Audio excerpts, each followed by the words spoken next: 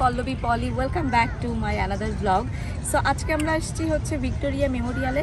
তো এখন হচ্ছে ভিতরে চলেও এসেছি, এখন তোমাদের বাকিটা ঘুরে ঘুরে দেখাবো। So let's go.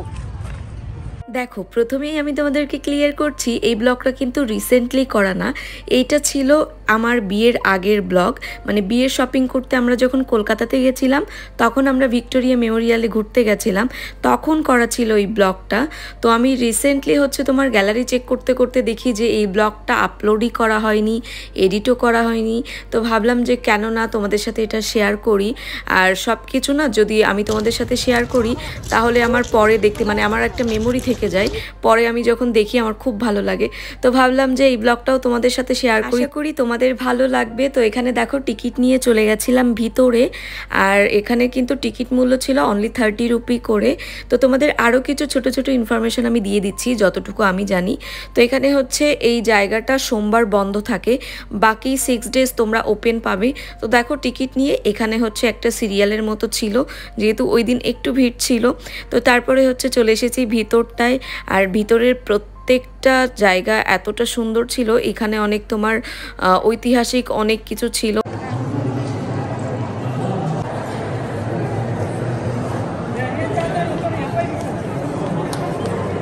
এই জাদুঘরের ভিতরে পুরনো অনেক সংস্কৃতি, ঐতিহাসিক অনেক তথ্য, অনেক কিছু তোমার এখানে সব কিছু খোদাই করা আছে। তোমরা একটু সময় নিয়ে গেলেই দেখতে পাবে।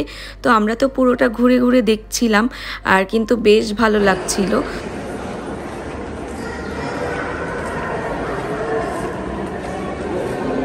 এখানে অনেক বড় বড় পেইন্টিং আছে। আমার জানো তো ছোটবেলা থেকে পুরনো এরকম অনেক কিছু জানার প্রতি অনেক বেশি কিউরিসিটি, মানে আমার সব কিছু জানতে ভালো লাগে বা দেখতে ভালো লাগে। তো এখানে হচ্ছে পুরোটা ঘুরে ঘুরে দেখছিলাম। তো আমি কিন্তু অনেক কিছু দেখেছি, আর অনেক কিছু যেগুলো বুঝিনি, যেগুলোতে লেখা ছিল পড়ে পড়ে বোঝার চেষ্টা করেছি। তবে অনেক ছবি ছিল আবার অনেক বেশি পুরনো, যেগুলো হচ্ছে আমি কখনো দেখিনি, মানে আগে পরে সেগুলোর সাথে আমি পরিচিত নই। তো সেগুলো এখান থেকে দেখতে পেরেছি। আর হচ্ছে সব কিছু তো এই যে দেখো এখানে তোমাদের দেখাচ্ছি, এরকম ডিটেলসে লেখা আছে। তো এভাবে পড়ে পড়ে কিন্তু আমি অনেকটা বুঝতে পেরেছি, বেশ ভালো লাগছিল। তবে জাদুঘরের ভিতরে যে আমরা বেশিক্ষণ সময় পাইনি, মানে হাতে বেশি সময় ছিল না, আর আমাদের সাথে না আরও অনেকে ছিল। তো ওরা বাইরে ছিল আর আমরা ভিতরে ছিলাম, তো এই জন্য হচ্ছে সময় একটু কম ছিল, এই জন্য তাড়াহুড়া করে আমরা সব কিছু দেখছিলাম। তারপরেও কিন্তু আমরা সব কিছু দেখার ট্রাই করেছি। আর এরপরে হচ্ছে দেখো এখানে কি একটা ছিল, এটা পড়া ট্রাই করছিলাম। তো এরপরে হচ্ছে এগুলো সব দেখা শেষ করে এখন আমরা চলে যাব বাইরে। আর তোমরা বুঝতেই পারছো, তোমাদের বলেছি যে বিয়ের শপিংয়ের সময় গেছিলাম।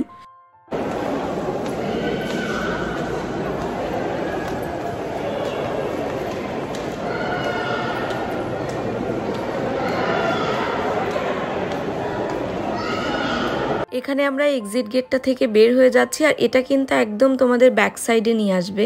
তো ব্যাক সাইডটাও যে এতটা সুন্দর হতে পারে, এটা কিন্তু মানে আমি আগে বুঝতে পারিনি। আসার পরে দেখলাম যে ব্যাক সাইডটাও অসম্ভব সুন্দর। আর এখানে কিন্তু তোমাদের গেলে না সারা দিন কেটে যাবে, মানে তোমরা যদি কেউ সারা দিন সময় কাটাতে চাও, তাও এই জায়গাটা পারফেক্ট। প্রত্যেকটা জায়গা দেখো এতটা সুন্দর, এতটা গুছানো। তো তোমরা যারা কলকাতাতে থাকো তারা তো সবাই চিনো, মানে তাদের কাছে ব্যাপারটা কমন। বাট যারা বাংলাদেশে থাকে তারা তো আর এই জায়গাটা সবাই দেখেনি, বা অনেকের হয়তো বা যাওয়াও হয়নি। আমার যেমন এবারই হচ্ছে প্রথম যাওয়া ছিল, তার আগে কিন্তু আমি অনেকবার গেছি ইন্ডিয়াতে, অনেকবার গেছি তোমার শপিংয়ে, কলকাতাতে আশেপাশে সব জায়গায়। তারপরে কিন্তু আমার এই ভিক্টোরিয়া মেমোরিয়ালে কখনো যাওয়া হয়নি। তো এবারই প্রথম ছিল, আর যে না সত্যি কথা আমি মন থেকে মানে আমার ভীষণ খুশি হয়েছি। জায়গাটা খুবই সুন্দর, আর প্রত্যেকটা জায়গা খুবই সুন্দর সাজানো গুছানো। তো এরপরে হচ্ছে আমরা বের হয়ে গেছিলাম।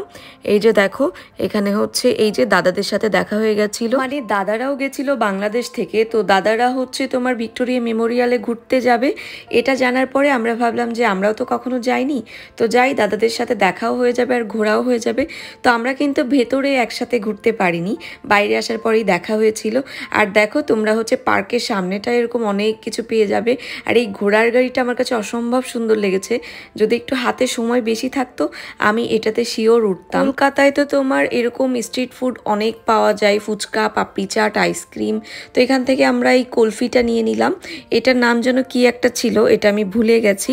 তো যাই হোক, এবার চলো আমরা হচ্ছে বাড়ির উদ্দেশ্যে রওনা দিয়ে দিয়েছি। এখন চলো যেতে যেতে কালকের ভিডিও থেকে কিছু কমেন্ট পড়ে আসি। এখন থেকে কিন্তু আমি লং ভিডিওটায় সবার কমেন্টে রিপ্লাই করব।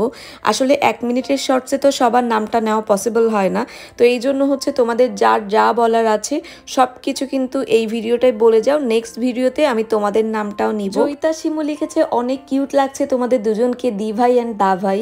থ্যাংক ইউ সো মাচ বুনু, তুমি সবসময় এভাবে ভালোবাসা দিও। আকাশ লিখেছে first comment, thank you. Shafiq লিখেছে আমি আপনার সঙ্গে দেখা করতে চাই। অবশ্যই কোনো একদিন হয়তোবা দেখা হয়ে যাবে। আর এবার হচ্ছে রাসেল লিখেছে দিদি তোমাকে অনেক সুন্দর লাগে, থ্যাংক ইউ। নেক্সট ভিডিওতে কাদের নামটা নিব অবশ্যই কমেন্ট করে জানিও।